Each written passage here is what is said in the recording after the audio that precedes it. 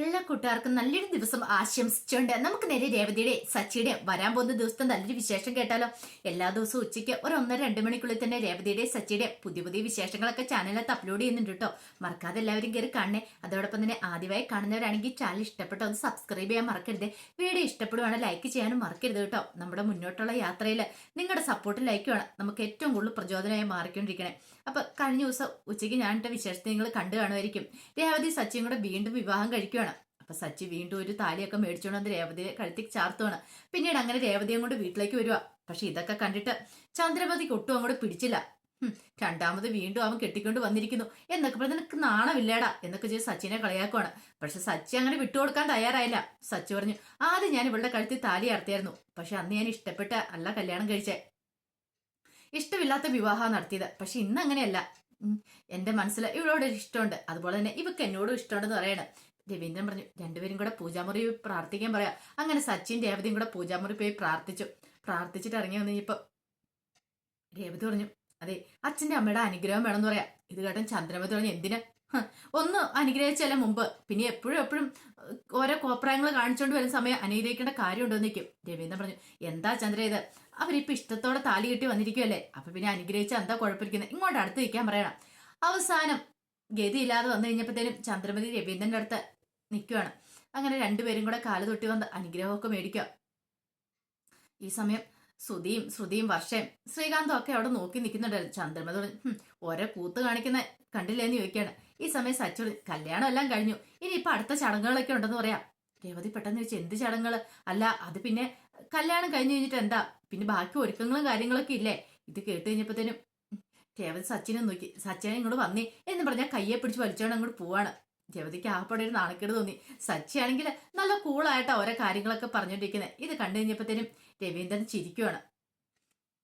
പിന്നീട് ആന്റണിയും ശരത്തും കൂടെ കൂടിയിട്ട് അപ്പൊ പലിശ അടയ്ക്കാനുള്ളവരുടെ അടുത്തൊക്കെ ചെന്ന് പലിശ പൈസ മേടിക്കാറുണ്ട്. അപ്പച്ചി വട്ടിക്ക് പൈസ കൊടുത്തിട്ടുണ്ടല്ലോ, അത് മേടിക്കാണ്ട് ചെല്ലുവാണ്. അങ്ങനെ പോകുന്നത് സച്ചിയും ഫ്രണ്ട്സും ഇരിക്കുന്ന ആ ഒരു സ്ഥലത്തേക്കാണ് പോകുന്നത്. അങ്ങനെ അങ്ങോട്ട് ചെന്ന് കഴിഞ്ഞപ്പോഴത്തേനും ശരത്ത് പറഞ്ഞു, അതെ ഞാൻ അങ്ങോട്ടേക്ക് വരുന്നില്ല എന്ന് പറഞ്ഞു. അതെന്താ, ഇത് സച്ചേട്ടനും കൂട്ടുകാരും ഇരിക്കുന്ന സ്ഥലമാണ്, ഇത് സച്ചേട്ടൻ്റെ ഫ്രണ്ട്സാണ്, ഇവിടെ എല്ലാവരും ഉള്ളവര്, ഞാൻ അങ്ങ് വന്നാൽ ശരിയാകത്തില്ല.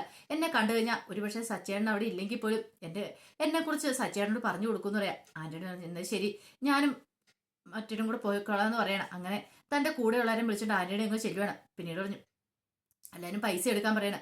അങ്ങനെ ഓരോരുത്തർ പൈസ എടുത്ത് കൊടുത്തു. അപ്പത്തേനും ഒരുത്തിനോട് ചിതെന്താടാ പൈസ കുറവാണല്ലോ എന്ന് പറയാം. അത് പിന്നെ ഇന്ന് ഓട്ടം കുറവായിരുന്നു, ഇതും കൂടെ ചേർത്ത് അടുത്ത ദിവസം തരാന്ന് പറയണം. അപ്പോഴേക്കും മഹേഷ് ഒന്നും മിണ്ടാ നിൽക്കുക. എന്താ നിന്റെ പൈസ ഇതുവരായിട്ടും കിട്ടിയില്ലോ എന്ന് പറയണം.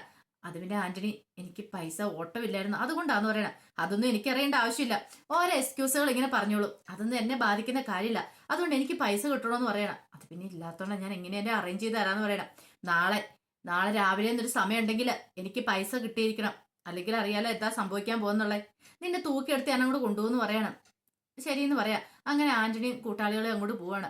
ആ സമയത്ത് മഹേഷിന്റെ അടുത്തുനിന്ന് ഫ്രണ്ട്സ് പറഞ്ഞു, എടാ നിനക്ക് ഇന്നലെ ചിട്ടി വിളിച്ചാൽ പോരാണെന്ന് ചോദിക്കും. അത് പിന്നെ സച്ചിക്ക് ആവശ്യം ഉണ്ടായിരുന്നല്ലോ, സച്ചിക്ക് ഭാര്യയ്ക്ക് താലി മേടിക്കാനല്ലായിരുന്നോ, അത് കുഴപ്പമില്ലായിരുന്നല്ലോ, ഇപ്പൊ അതിനേക്കാളും വലിയ പ്രശ്നമല്ലേ, പൈസ കൊടുത്തില്ലെങ്കിൽ ഇവൻ പിന്നെ നിന്നെ പിടിച്ചിട്ട് ഇടിക്കില്ലെന്ന് ചോദിക്കാം. അതൊന്നും കുഴപ്പമില്ല, സച്ചിയുടെ മനസ്സ് നമ്മൾ കണ്ടേ, സച്ചി ഇന്ന് വരെ ഇതുപോലെ ഒരു ആവശ്യം പറഞ്ഞിട്ടില്ല. സച്ചിയുടെ ആദ്യമായിട്ടാണ് മനസ്സ് നോക്കുന്നത്. കാരണം ഭാര്യയ്ക്ക് ഒരു ആഭരണം പോലും ഇല്ലായിരിക്കൂലേ, എല്ലാ അമ്മായിമ്മയ്ക്കും ഒരു കൊടുക്കുകയും ചെയ്തില്ലേ. അപ്പൊ അതിൻ്റെതായ വിഷമം സച്ചിക്കുണ്ട്.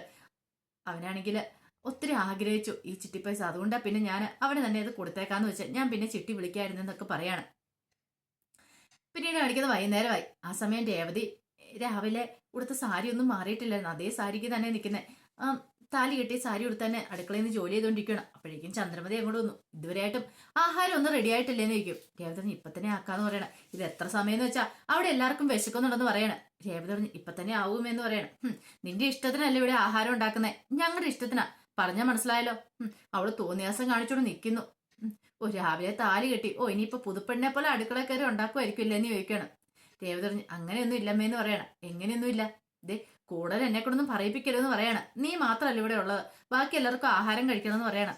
അങ്ങനെ രേവതി ആഹാരം പെട്ടെന്ന് ഉണ്ടാക്കാന്ന് പറഞ്ഞിട്ട് ചെയ്തുകൊണ്ടിരിക്കുകയാണ്. അപ്പോഴേക്കും ചന്ദ്രമതി ഹാളിലേക്ക് എന്നപ്പോഴത്തേനും വർഷം ഇറങ്ങി വന്നിട്ട് ചോദിച്ചു, അല്ലമ്മേ വിശക്കണില്ല, വിശക്കുവാ, എനിക്ക് ഫുഡ് വേണമെന്ന് പറയണം. അത് മോളെ ഇപ്പൊ തന്നെ ആവും. മോളെ കാണിച്ച് ഫ്രൂട്ട്സ് എന്തെങ്കിലും കട്ട് ചെയ്ത് കഴിക്കാൻ പറയണേ. എനിക്ക് ഫ്രൂട്ട്സ് വൈകുന്നേരം കഴിക്കുന്ന ഇഷ്ടമില്ല. അന്ന് മോളൊരു കുറച്ച് സമയം വെയിറ്റ് ചെയ്യുക, ഇപ്പൊ തന്നെ ആഹാരം ആകും എന്ന് പറയണം.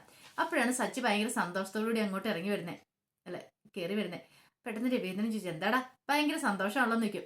ദേ അച്ഛാ ഇതൊന്ന് നോക്കാൻ പറയണേ. എന്താ ഇത് നോക്കാൻ പറയണേ? അങ്ങനെ നോക്കിക്കഴിഞ്ഞപ്പം രേവതിയുടെ സച്ചിയുടെ ഒരു വിവാഹ ഫോട്ടോ. ആഹാ ഇത് കൊള്ളാലോ. ഇത് രാവിലെ എടുത്ത ഫോട്ടോയാന്ന് പറയണ. കൊള്ളാം, നല്ല ഭംഗിയുണ്ട് കാണാനായിട്ട്. കല്യാണത്തിനോ ഇങ്ങനെ ഫോട്ടോ എടുക്കാൻ പറ്റില്ല. കല്യാണത്തെ എടുത്തെങ്കിലും അതൊന്നും പക്ഷെ സന്തോഷത്തോടെ ആയിരുന്നില്ല. രണ്ടുപേരും രണ്ട് ധ്രുവങ്ങളിലായിരുന്നല്ലോ അച്ഛാ. ഇപ്പോഴാണ് ഞങ്ങള് ചേർന്ന് നിന്ന് സന്തോഷമായിട്ട് ഫോട്ടോ എടുക്കണമെന്ന് പറയണേ. ആ സമയം ചന്ദ്രമതി കണ്ടാലും കൊള്ളാം, എന്തിനു കൊള്ളാന്ന് ചോദിക്കുകയാണ്. ഈ സമയം ശ്രീകാന്ത് പറഞ്ഞു കാണിച്ചെന്ന് പറയുന്നത്. ശ്രീകാന്ത് പറഞ്ഞു കൊള്ളാലോ എന്ന് പറയണം. അപ്പോഴേക്കും രേവതി അങ്ങോട്ട് വന്നു. രേവതിയുടെ കയ്യിലേക്ക് ഫോൺ കൊടുത്ത് രേവതി നോക്കി. രേവതിക്ക് ഭയങ്കര ഇഷ്ടപ്പെട്ടു. വർഷ പറഞ്ഞു സൂപ്പർ ആയിട്ടുണ്ട്, നല്ല ഭംഗിയുണ്ട് രേവതി ചേച്ചിനെ കാണാനെന്ന് പറയണം. പിന്നെ എന്ന് വെച്ചാൽ വലിയ നാട്ടുരാജാവിന്റെ രാജ്ഞിയല്ലേ നിൽക്കുന്നേ. കൊള്ളാം, രണ്ടാമതും കല്യാണം കഴിച്ചിട്ടും വലിയ ഹീറോയിസം പോലെ നിൽക്കുന്ന ഇപ്പൊ കണ്ടില്ലെന്ന് ചോദിക്കണം. ഇത് കേട്ടപ്പോ രവീന്ദ്രൻ പറഞ്ഞു നിനക്ക് എന്താ ചന്ദ്രേ, ഇന്ന് മിണ്ടായിരുന്നു കൂടെ എന്ന് ചോദിക്കണം. ഇത് കേട്ടപ്പോ സച്ചി വിട്ടുകൊടുക്കാൻ ഭാവിച്ചില്ല. സച്ചി പറഞ്ഞു അമ്മയുടെ മനസ്സിൽ ഓടിപ്പോയ ആൾക്കാർക്കും അല്ലെങ്കിൽ പൈസ അടിച്ചു മാറ്റിക്കൊണ്ട് പോയവർക്കും അവർക്കൊക്കെ ഈ ഡിമാൻഡ് ഉള്ളൂ. അല്ലാതെ നമ്മളെപ്പോലെ നേരവണ്ണം കല്യാണം കഴിച്ചവർക്കൊന്നും ഒരു ഡിമാൻഡും ഇല്ലെന്ന് പറയാണ്. എന്ത് ചെയ്യാനാ, അമ്മേന്റെ മൈൻഡ് അങ്ങനെ ആയിപ്പോയി. നമ്മളൊക്കെ വെറുതെക്കാര്, അല്ലാതെ ഇപ്പൊ എന്ത് പറയാനാന്ന് ചോദിക്കുകയാണ്. രവീന്ദ്രൻ പറഞ്ഞു ചന്ദ്രൻ നിന്നോട് മിണ്ടായിരിക്കാൻ പറഞ്ഞില്ലേ, നിനക്ക് കിട്ടേണ്ടത് കിട്ടിക്കഴിഞ്ഞപ്പോ സമാധാനമായില്ലേന്ന് ചോദിക്കും. സച്ചിയോട് വെറുതെ കിടന്ന് ചൊറിയാൻ പോലത് പലപ്പോഴും ഞാൻ പറഞ്ഞിട്ടുള്ള കാര്യമാണ്. അവന്റെ കയ്യിൽ നിന്ന് മേടിച്ച് കിട്ടിക്കഴിയുമ്പോ നിനക്ക് സമാധാനമാവെന്ന് പറയാണ്. ഈ സമയം സുധി പറഞ്ഞു ഇതിന്റെ വല്ല ആവശ്യം ഉണ്ടായിരുന്നു സച്ചി, നിനക്ക് രണ്ടാമത് വീണ്ടും താലി കെട്ടാനായിട്ട്. അതെ എന്റെ ഇഷ്ടമാ, അറിയാലോ. നിന്നെ പോലെയൊന്നും അല്ല ഞാൻ. ആദ്യം ഞാൻ ഇവിടെ സ്നേഹിച്ച് കല്യാണം കഴിച്ചിരുന്നല്ല, ഇപ്പോഴാണ് ഞാൻ എല്ലാം കൊണ്ടും അവളെ സ്നേഹിച്ച് കല്യാണം കഴിച്ചേ. അവളുടെ കൈ പിടിച്ച് കഴിഞ്ഞപ്പോൾ എന്തൊരു സന്തോഷമായിരുന്നു അറിയാം എനിക്ക്. പക്ഷെ ആദ്യം വിവാഹമണ്ഡലത്തിൽ നിന്ന് കഴിഞ്ഞപ്പോഴത്തേനും എനിക്ക് വല്ലാത്തൊരു ബുദ്ധിമുട്ടായിരുന്നു പറയാണ്. പക്ഷെ ഇപ്പോഴങ്ങനെ അല്ലാന്ന് പറയാണ്. ഇത് കേട്ട് കഴിഞ്ഞപ്പോൾ വർഷ രേവതിനെ ഒന്ന് നോക്കി. രേവതിയുടെ കണ്ണുകൾ തിളങ്ങുന്നുണ്ട്. രേവതി എത്രമാത്രം ഇപ്പൊ സച്ചിനെ ഇഷ്ടപ്പെടുന്നുണ്ടെന്ന് ആ ഒരു നിപ്പിലും മട്ടിലും ഭാഗത്തിലും തന്നെ എല്ലാവർക്കും മനസ്സിലാവുന്നുണ്ടായിരുന്നു. പിന്നീട് രേവതി പറഞ്ഞു അതെ അച്ഛൻ പറഞ്ഞ ശരിയായിട്ടുള്ള കാര്യം. ആദ്യം എനിക്ക് കല്യാണത്തിന് താല്പര്യമില്ലായിരുന്നു. സച്ചിന്റെ ആലോചന വന്നപ്പോൾ തന്നെ ഞാൻ ഓർത്ത് എന്താണെന്നറിയാവോ, എന്റെ ജീവിതം നശിച്ചു പോയല്ലോ എന്ന് ഓർത്തിട്ടാ അന്ന് അച്ഛൻ എന്നോട് ഈ കാര്യം എന്ന് പറയുമ്പോൾ. പക്ഷെ ഇപ്പോഴങ്ങനെയല്ല കേട്ടോ. ഇപ്പൊ എനിക്കറിയാം സച്ചേട്ടൻ എത്ര പാവമാണ്. സച്ചേട്ടന്റെ മനസ്സെനിക്ക് മനസ്സിലാവുന്നുണ്ടെന്ന് പറയാ. സച്ചേട്ടനെ പോലെ ഒരാൾ എന്റെ ജീവിതത്തിലേക്ക് വരേണ്ടിയിരുന്നേ. വൈകിയാണെങ്കിൽ അദ്ദേഹത്തിന്റെ മനസ്സൊക്കെ എനിക്ക് മനസ്സിലായെന്ന് പറയാം. ചന്ദ്രമതി അത് ശരിക്കും നിനക്ക് അവന്റെ സ്വഭാവം അറിയത്തില്ലാത്തോണ്ടുള്ള കുഴപ്പമെന്ന് പറയണം. ഇത് കേട്ട സച്ചി പറഞ്ഞു എന്റെ സ്വഭാവത്തിനൊരു കുഴപ്പമില്ല. ഇവിടെ വേറെ കണ്ണടച്ച് പാല് കുടിക്കുന്ന ചിലരൊക്കെ ഉണ്ട്, ആരും കാണുന്നില്ല അവരുടെ വിചാരം. എന്തായാലും അവരെക്കാളും 100 ഭേദം ഞാൻ തന്നെയാ, അതെനിക്ക് ഉറപ്പായിട്ടുള്ള കാര്യം എന്ന് പറയണം. പിന്നീട് രേവതി മതി സച്ചേട്ടാന്ന് പറയണം. അതെ ആഹാരം എടുത്തു വെക്കാം വരാൻ പറയണം. അങ്ങനെ രേവതി സച്ചിനെ വിളിച്ചുകൊണ്ട് അങ്ങോട്ടേക്ക് പോവാണ്. പിന്നീട് പിറ്റേസല്ല അന്ന് രാത്രിയായി കഴിഞ്ഞപ്പോഴത്തേനും രേവതി മുറിയിൽ ഇങ്ങനെ ഓരോ ജോലികൾ ചെയ്തുകൊണ്ടിരിക്കുന്ന സമയത്ത് സച്ചിയും കൂടി വരണം. സച്ചി വന്നിട്ട് മുറി ആകപ്പാടെ നോക്കി. ഇതെന്താ ഇവിടെ ഒന്നും അലങ്കരിക്കാത്തെന്ന് ചോദിക്കുക. എന്താ അലങ്കരിക്കുന്നത്? അല്ല ഞാൻ പറഞ്ഞില്ലായിരുന്നോ പൂ കൊണ്ട് അലങ്കരിക്കണം എന്നുള്ളത്? സച്ചിയാണപ്പോ അത് വെറുതെ പറഞ്ഞല്ലായിരുന്നോ? വെറുതെ പറയാനോ? ഇന്ന് നമ്മുടെ കല്യാണം കഴിഞ്ഞ ആദ്യത്തെ ദിവസം അല്ലേ നിൽക്കും. എന്ത് അതൊക്കെ നേരത്തെ കഴിഞ്ഞു പോയതല്ലേന്ന് ചോദിക്കുക. പിന്നെ അന്നത് സ്നേഹത്തോടെ ഒന്നുള്ള കല്യാണം ആയിരുന്നില്ലല്ലോ. അത് പിന്നെ വെറുതെ ഇരുന്ന് മാത്രമല്ലേ, രണ്ടുപേരും രണ്ട് ധ്രുവങ്ങളിൽ നിന്ന് താലി കെട്ടി വന്നിട്ട് അന്ന് ശാന്തി മുഹൂർത്തം പോലും ആഘോഷിച്ചില്ല. എത്രയോ നാളുകൾക്ക് ശേഷം എന്ന് ചോദിക്കുക. രേവതി പറഞ്ഞു എന്നാലും ആദ്യത്തെ ദിവസം ഇനി വരാൻ പോകുന്നില്ലോ, അത് കഴിഞ്ഞത് കഴിഞ്ഞു തന്നെയാന്ന് പറയണം. അതെ അത് നീ കാര്യാക്കണ്ട, ഇന്നാണ് നമ്മുടെ കല്യാണ ദിവസം. ഇന്നത്തെ ദിവസം നീ കണ്ടാൽ കുറിച്ചിട്ടാൽ മതി. ഈ ദിവസമാണ് നമ്മൾ വെഡിങ് ആനിവേഴ്സറി ആയിട്ട് ആഘോഷിക്കാനായിട്ട് പോകുന്നത്. പറഞ്ഞ മനസ്സിലായല്ലോ എന്ന് പറയണം. രേവതി പറഞ്ഞു അത്രയ്ക്ക് ഇഷ്ടമാണോ ഈ ദിവസം എന്ന് ചോദിക്കും. അതെയോന്നോ അത്രയ്ക്ക് ഇഷ്ടമാണെന്ന് പറയണം. രേവതി പറഞ്ഞു അതെ ഇനിയിപ്പോൾ അലങ്കാരങ്ങളും കാര്യങ്ങളൊന്നും വേണ്ടാന്ന് പറയണം. അത് നീ മാത്രം തീരുമാനിച്ച പോരല്ലോ എന്ന് പറഞ്ഞിട്ട് സച്ചി രേവതിയുടെ അടുത്തേക്ക് ഇടുവാണ്. പിന്നെ പെട്ടെന്ന് രേവതി അങ്ങ് എഴുന്നേറ്റ് മാറാൻ തുടങ്ങിയപ്പോൾ സച്ചി ആ കയ്യിലേക്ക് അങ്ങോട്ട് കയറി പിടിച്ചു. സച്ചി ഭയങ്കര റൊമാൻറ്റിക് മൂഡിലായിരുന്നു. പിന്നീട് രേവതിനെ ഇങ്ങനെ ചേർത്ത് അങ്ങോട്ട് പിടിക്കണം. ആ കണ്ണുകളിലേക്ക് അങ്ങോട്ട് നോക്കി. ഈ സമയം രേവതി പറഞ്ഞു എന്താ സച്ചേട്ടാ അത് ഒന്ന് വിടെന്ന് പറയണം. നാളെ എനിക്ക് കുറെ ഓർഡർ ഉണ്ട്, മാല കെട്ടേണ്ടതാന്ന് പറയും. അത് നാളെ അല്ലേ ഇന്നല്ലല്ലോ എന്ന് പറഞ്ഞിട്ട് അങ്ങോട്ട് ചേർത്ത് പിടിക്കണം. ഇതേ വിടുന്നുണ്ടോ? പോയി കിടന്ന് ഉറങ്ങണമെന്ന് പറയാം. ഇപ്പൊ അങ്ങനെ ഉറങ്ങാൻ ഞാൻ വിടുന്നൊന്നുമില്ല. ഇന്ന് നമ്മുടെ ആദ്യരാത്രിയാന്നുള്ള കാര്യം മറക്കരുത് സച്ചേട്ടാ. ഞാൻ പറഞ്ഞ ആദ്യരാത്രി കഴിഞ്ഞെന്ന്. ഇനി പിന്നെ അതിനെക്കുറിച്ച് തന്നെ പറയണ്ടെന്ന് പറയണം. പിന്നെ ഞാൻ ഇനിയും പറയൂന്ന് പറയണം. എന്താളും എനിക്ക് നാദരാത്രി തന്നെയാന്ന് പറഞ്ഞിട്ട് ഒന്നുകൂടെ രേവതിനെ അങ്ങോട്ട് ചേർത്ത് പിടിക്കണം. രേവതി വിടുന്നതെന്ന് പറഞ്ഞിട്ട് കയ്യൊക്കെ അങ്ങ് തട്ടി മാറ്റാൻ തുടങ്ങിയിട്ട് അങ്ങ് പോകാൻ തുടങ്ങുമ്പോൾ സച്ചിയെ കയ്യേക്ക് പിടിച്ച് വീണ്ടും തന്നിലേക്ക് അങ്ങോട്ട് വലിച്ചടിപ്പിക്കണം. രേവതിക്ക് ആപ്പാടെ നാണോ സങ്കടം എല്ലാം കൂടെ വന്നു. പിന്നീട് സച്ചിയുടെ കണ്ണുകളിലേക്ക് നോക്കുവാണ്. ഈ സമയം സച്ചി ചോദിച്ചു, എന്നെ അത്രയ്ക്ക് ഇഷ്ടമാണെന്ന് ചോദിക്കുക. രേവതി പറഞ്ഞു, അതെ ഇഷ്ടമാണ്, എനിക്ക് ഇഷ്ടമായി റൗഡിയെന്ന് പറയണോ. ഓഹോ, അപ്പം ഞാൻ റൗഡി അല്ലേന്ന് ചോദിക്കും. റൗഡിയാ. ആ എന്നാ പിന്നെ എന്നെ ഇഷ്ടമില്ലായിരിക്കുമല്ലോ. അതെ, മുമ്പ് ഈ റൗഡീനെ എനിക്ക് ഇഷ്ടമില്ലായിരുന്നു, പക്ഷെ ഇപ്പോഴങ്ങനെയല്ല, ഈ റൗഡി എനിക്ക് ഒത്തിരി ഇഷ്ടമാന്ന് പറയണം. ഇത് കേട്ട് കഴിഞ്ഞപ്പോൾ തന്നെ സച്ചിയുടെ കണ്ണറിയാതെ നിറഞ്ഞു. എന്താ പറ്റിയെന്ന് ചോദിക്കുക. ഒന്നുമില്ലാന്ന് പറയണം. പിന്നീട് സച്ചി പറഞ്ഞു, അങ്ങനെയാണ് ഇപ്പൊ ഒരു കൂട്ടം ഞാൻ കാണിച്ചാൽ നമ്മൾ രേവതിനെ എടുത്തങ്ങ് വട്ടം കറക്കണം. രേവതി പറഞ്ഞു താഴെ നിർത്താൻ പറയണം. സച്ചി നിർത്താൻ കൂട്ടാക്കിയില്ല. കുറെ സമയം വട്ടം കറക്കി കഴിഞ്ഞപ്പോൾ സച്ചിയും എടുത്തു. പെട്ടെന്ന് നിലത്ത് നിർത്തിയിട്ട് പറഞ്ഞു, എന്റെ പൊന്നോ എന്തൊരു വെയിറ്റ് ആയതാ, കുറച്ച് വെയിറ്റ് കൂടിയിട്ടുണ്ട് കേട്ടോ ഇവിടെ വന്നതിന് ശേഷം എന്ന് പറയണേ. രേവതി പറഞ്ഞു, അത്രയ്ക്ക് വെയിറ്റ് ഒന്നും കൂട്ടില്ല, സച്ചിയാണ് വെറുതെ തോന്നുന്നതെന്ന് പറയണേ. പിന്നീട് സച്ചി രേവതിനെ കെട്ടിപ്പിടിച്ച ബെഡിലേക്ക് വീഴുവാണ്. ഈ സമയം പബ്ജി കളിച്ചോണ്ടിരിക്കുവാണ് വർഷയും ശ്രീകാന്തും കൂടെ അടുത്തിരുന്ന് കളിച്ചോണ്ടിരിക്കുക. ഈ സമയത്ത് വർഷം ഇതേ എന്നെ വെടിവെക്കല്ലേ എന്നൊക്കെ പറയാണ്. ശ്രീകാന്ത് പറഞ്ഞു, അതെ അവിടെ നിൽക്കും കാണിച്ചാലെന്ന് പറഞ്ഞ് അങ്ങോട്ടും ഇങ്ങോട്ടും രണ്ടുപേരും കളിച്ചോണ്ടിരിക്കുക. അവസാനം ശ്രീകാന്ത് ആ കളി തോറ്റുപോയി. വർഷം ജയിക്കുകയാണ്. വർഷം ജയിച്ചു കഴിഞ്ഞപ്പോൾ തന്നെ വർഷോട് ഞാൻ ജയിച്ചെന്ന് പറഞ്ഞിട്ട് വർഷം കിടന്ന് തുള്ളിച്ചാടുവാണ്.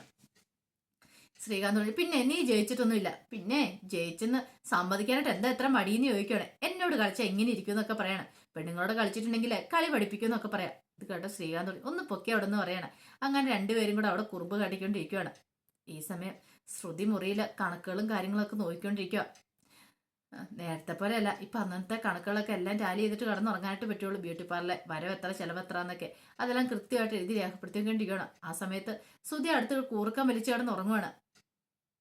ഈ സമയത്താണ് ശ്രുതി ഉറക്കത്തിൽ കിടന്ന് മസാല ദോശ പൂരി നെയ്റോസ്റ്റ് എന്നൊക്കെ പറഞ്ഞുകൊണ്ട് ഇങ്ങനെ വിളിച്ചു പറഞ്ഞുകൊണ്ടിരിക്കണേ. ഇതെന്ത് പറ്റി ശ്രുതിക്ക് പെട്ടെന്നൊരു മനമാറ്റം. സാർ എന്ത് വേണം സാർ, മസാല ദോശയുണ്ട് പൂരിയുണ്ട് നെയ്റോസ്റ്റ് ഉണ്ട് ഇങ്ങനെ നോൺ സ്റ്റോപ്പ് ആയിട്ട് പറഞ്ഞുകൊണ്ടിരിക്കുക. പെട്ടെന്ന് ശ്രുതിക്ക് ഒന്നും മനസ്സിലായില്ല. രണ്ടു മൂന്ന് പ്രാവശ്യം കൂടെ ശ്രുതി ഇങ്ങനെ നോക്കി.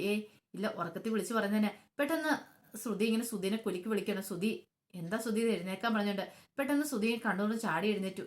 എന്താ കാര്യം ചോദിക്കുക. ഇത് കേട്ടോ ശ്രുതി പറഞ്ഞു, ശ്രുതിക്ക് എന്ത് പറ്റിയെന്ന് ചോദിക്കുക. ശ്രുതി എന്തൊക്കെയാ വിളിച്ചു പറഞ്ഞെന്ന് ചോദിക്കും. ദൈവമേ, താൻ അബദ്ധം എന്തെങ്കിലും വിളിച്ചു പറഞ്ഞോ, എന്തിനെ കുറിച്ചാ പറഞ്ഞെന്ന് അറിയത്തില്ലോ, ആകെപ്പാട് ടെൻഷനായി.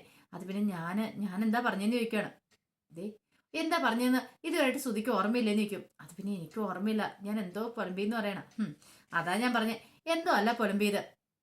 മസാല ദോശ പാനിപ്പൂരി എന്ന് വേണ്ട സർവ്വമാന ഹോട്ടൽ മെനുവിന്റെ പേര് അവിടെ നിന്ന് വിളിച്ചു പറയായിരുന്നു പറയും. ഓ അതാണ് കാര്യം. അല്ല ഇതെങ്ങനെ ഇതൊക്കെ പഠിച്ചതെന്ന് ചോദിക്കും. അല്ല അത് പിന്നെ ഞങ്ങൾ വൈകുന്നേരം റെസ്റ്റോറൻറ്റിൽ കോഫി കുടിക്കാനായിട്ട് പോയിട്ടുണ്ടായിരുന്നു. അവിടെ ചെന്ന് കഴിഞ്ഞപ്പത്തിന് അവിടുത്തെ ഓർഡർ കിട്ടിയത് അവിടെ അവരും ഒന്ന് പറഞ്ഞ കാര്യങ്ങളൊക്കെ ചെയ്ത്. പിന്നെ എന്നെ സംബന്ധിച്ചിടത്തോളം എന്തെങ്കിലും ഒരു കാര്യം കേട്ടിട്ടുണ്ടെങ്കിൽ ഒരു തവണ കേട്ടിട്ടുണ്ടെങ്കിൽ എൻ്റെ മനസ്സിലത് പതിയും. അതുകൊണ്ട് അത് വീണ്ടും റിപ്പീറ്റ് അടിച്ച് വന്നേന്ന് പറയണം. ഓ അത്രയ്ക്കാണ് കാര്യം. ഈ സമയം ശ്രുതി പറഞ്ഞു, അതാണോ ഞാൻ കരുതി എന്ത് പറ്റിയെന്ന്. പക്ഷെ ശ്രുതിയുടെ മുഖം കണ്ടിട്ട് അങ്ങനെയല്ല. എന്താ ശ്രുതി, വേറെ എന്തോ കാര്യം ഉണ്ടല്ലോ പറയും. ഒന്നുമില്ല എന്ന് പറയണം. ശ്രുതി ഇങ്ങനെ ട്യൂഷമായിട്ട് നോക്കുക. ശ്രുതിക്ക് ആപ്പാ ടെൻഷനായി. എന്റെ ഭഗവാനെ, താൻ പറഞ്ഞ കള്ളത്തരം വിശ്വസിച്ചില്ലേ, ഇനി അതുകൊണ്ടാണോ ഇങ്ങനെ ഇരിക്കുന്നത്. ആകെപ്പാടെ വല്ലാത്തൊരു ടെൻഷനിൽ ശ്രുതി ഇങ്ങനെ ഇരിക്കുവാണ്. പെട്ടെന്ന് ശ്രുതി ഒന്ന് പൊട്ടിച്ചിരിക്കുവാണ്. ഈ ചിരി കേട്ട് കഴിഞ്ഞപ്പോൾ ശ്രുതിക്ക് സന്തോഷമായത്. ശ്രുതിയോട് ഞാനിന്ന് വെറുതെ പറ്റിച്ചല്ലേ, അന്ന് കാര്യമായിട്ട് എടുക്കേണ്ട കാര്യമില്ല. അതേപോലെ ശ്രുതി ഹോട്ടലിൽ വെയിറ്ററായിട്ട് ജോലി ചെയ്യാന്നുള്ള കാര്യമൊന്നും ശ്രുതിക്ക് അറിയില്ല.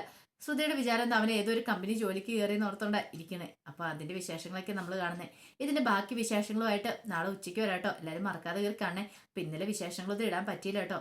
അപ്പൊ ഇന്ന് മുതൽ എല്ലാ ദിവസവും ഉച്ചയ്ക്ക് വിശേഷങ്ങളൊക്കെ അപ്ലോഡ് ചെയ്യാട്ടോ. ഒരിക്കൽ കൂടി എല്ലാവർക്കും നല്ലൊരു ദിവസം ആശംസിച്ചു നിർത്തുന്നു.